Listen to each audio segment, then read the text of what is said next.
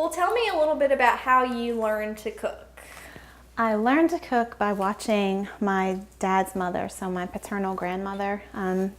We didn't really have recipes in our family, but the gathering place was the kitchen, so really I just kind of watched her growing up, and then when I decided to move out and learn how to cook, I would call her for tips as I was learning each recipe that she's made over the time that I grew up.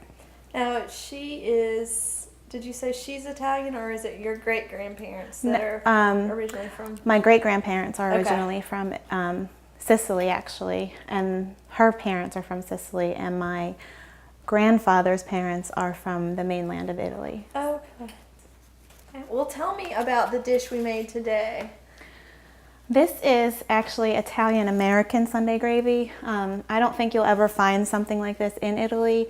They normally will make from fresh tomatoes, and they'll do a marinara or a pomodoro. So this was something that came about over here in America, and it's kind of the heart and soul of every single Italian dish I make. So I will use it for almost everything that I cook on Sunday. And it's called Sunday gravy because it has meat in it. And every variation is different. I use sausage and meatballs. Even the meatball mix is different between families. Some people will use neck bones. I know some people use country style ribs in there. So it's really, I guess it depends on every family is very different as to what they put in their Sunday gravy. I noticed that you made the meatballs kind of larger.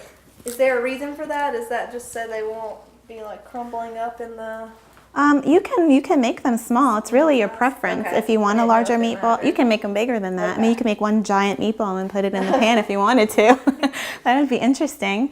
I don't round them. I kind of flatten them a little bit just because they brown better. Because I do brown them before they go in the sauce. I think it keeps them. I've never put a raw meatball in the sauce before. I'm not sure if it would fall apart or not. I don't want to really test that theory. Yeah.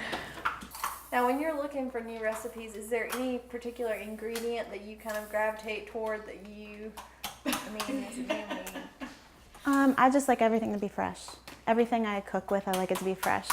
Every vegetable I use is always fresh. I pick my basil right from our garden outside. But for the most part, I like things to just have like fresh ingredients.